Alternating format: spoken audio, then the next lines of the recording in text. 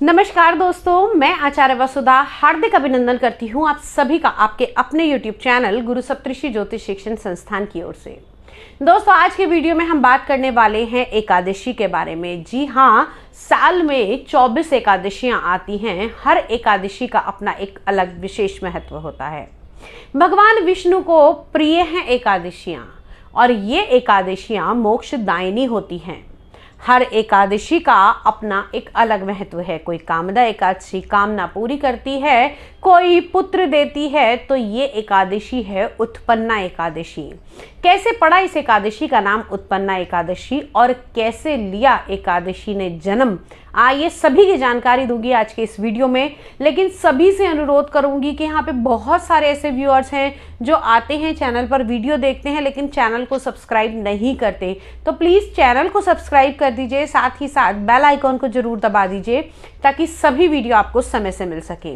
तो चलिए बात करते हैं भगवान विष्णु की प्रिय एकादशी यानी कि उत्पन्ना एकादशी के बारे में। अब जान लेते हैं कब है ये उत्पन्ना एकादशी।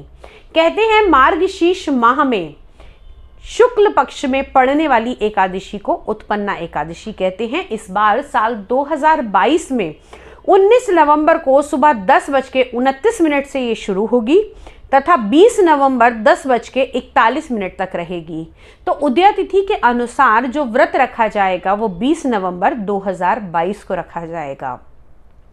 अब एकादशी में पारण का विशेष महत्व होता है। तो पारण का जो समय और जो शुभ मुहूर्त रहेगा वो 21 नवंबर 2022 को सुबह 6:40 से लेकर 8:47 का रहेगा। अब एकादशी, जैसा कि मैंने कहा कि भगवान विष्णु को ये बहुत प्रिय होती हैं।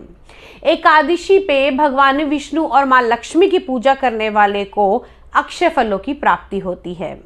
अब चूंकि इसका नाम उत्पन्ना एकादशी है तो मन में ये क्यूरियोसिटी तो हो रही होगी ना कि इसका नाम उत्पन्ना एकादशी क्यों है, तो वो बताऊंगी आपको इस कथा में। लेकिन उससे पहले बता देती हूँ कुछ व्रत के नियम और साथ ही साथ इस व्रत में आप क्या क्या अर्पित करके भगवान को खुश कर सकते हैं। उत्पन्ना एकादशी के अंदर आप लोगों को पीले रंग से बनी हुई चीज़ें जैसे कि पीले रंग के फूल, पीले रंग के वस्त्र, पीले रंग का भोग। अब बेसन से बनी हुई अगर सामग्री हो तो बहुत ही अच्छा है, अगर नहीं है तो आप पीले रंग का हलवा भी, यानी कि कई लोग ऐसा होता है सूजी के अंदर जो है वो पीला रंग डाल देते हैं, तो इस प्रकार का भोग भी आप भगवान को लगा सकते हैं। अब वैसे तो ये कहा जाता है कि एकादशी में अन्न ग्रहण नहीं किया जाता, लेकिन भगवान को खुश करने के लिए आप दूध से बनी हुई चीज़ें भी भगवान को चढ़ा सकते हैं। उसके अंदर थोड़ा सा केसर मिलाकर आप अर्पित करेंगे तो निश्चय ही आपकी मनोकामना पूरी होगी।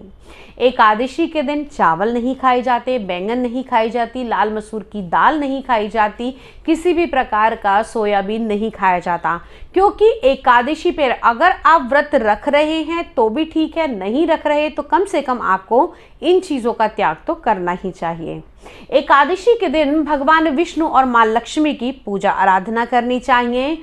ओम लक्ष्मी पते का अगर आप जाप करते हैं तो एक पंथ दो काज होते हैं, यानी कि इससे माँ लक्ष्मी तो प्रसन्न होंगी ही होंगी, साथ ही साथ भगवान विष्णु का नाम भी आप जपते हैं, क्योंकि कहते हैं कि भगवान विष्णु के बिना माँ लक्ष्मी अधूरी और माँ लक्ष्मी के बिना भगवान विष्णु अधूरे।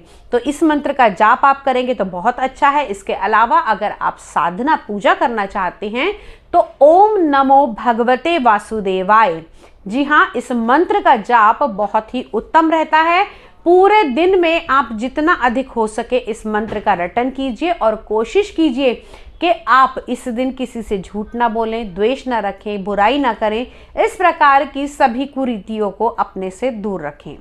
तो चलिए अब बात करते हैं उत्पन्ना एकादशी के बारे में, उत्पन्ना एकादशी की कथा के बारे में। सभी एकादशियां भगवान विष्णु से जुड़ी हुई हैं, लेकिन इस एकादशी का नाम उत्पन्ना एकादशी क्यों है?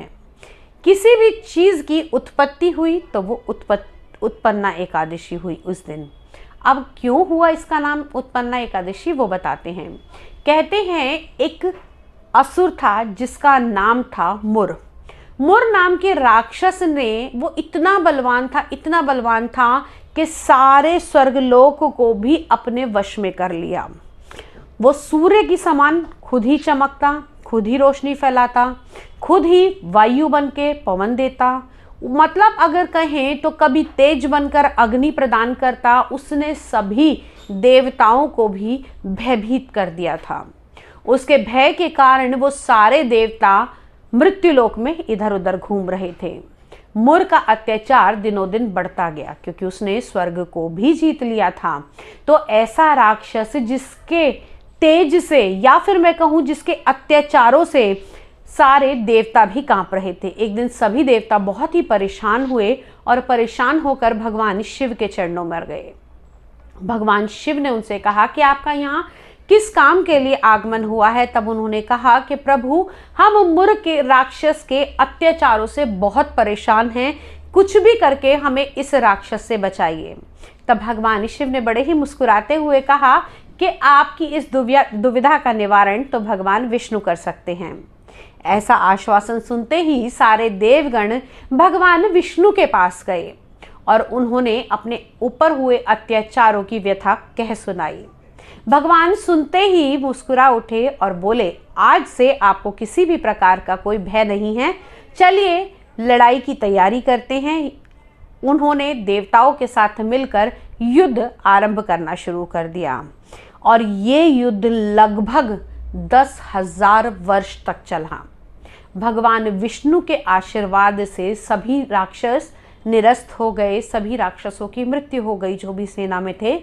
लेकिन मुर के साथ युद्ध 10,000 वर्षों तक चलता रहा।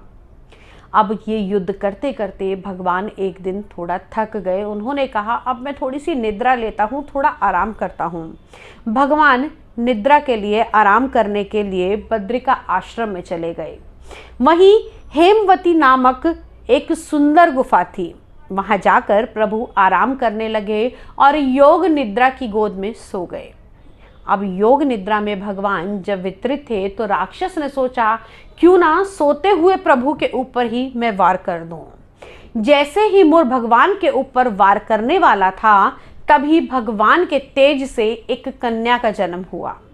उस कन्या ने मुर नाम के राक्षस से बहुत ही लड़ाई की और उसका धड़ से अलग कर दिया, उसे वहीं समाप्त कर दिया। जब भगवान योग निद्रा से बाहर आए तब देखा कि मुर का वध कर दिया है और इस कन्या ने ये वध किया है।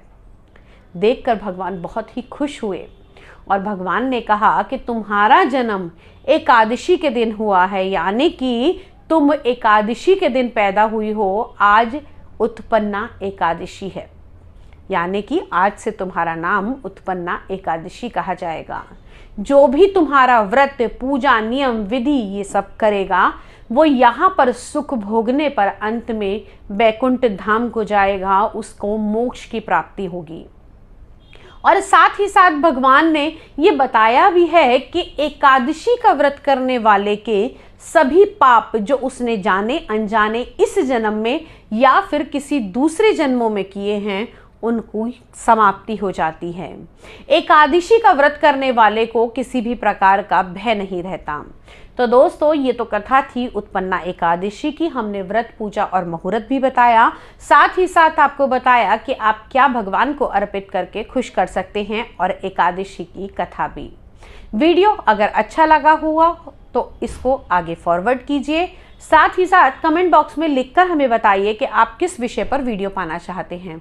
अगले वीडियो में आपसे फिर से मुलाकात करती हूँ, तब तक के लिए जय माँ भगवती।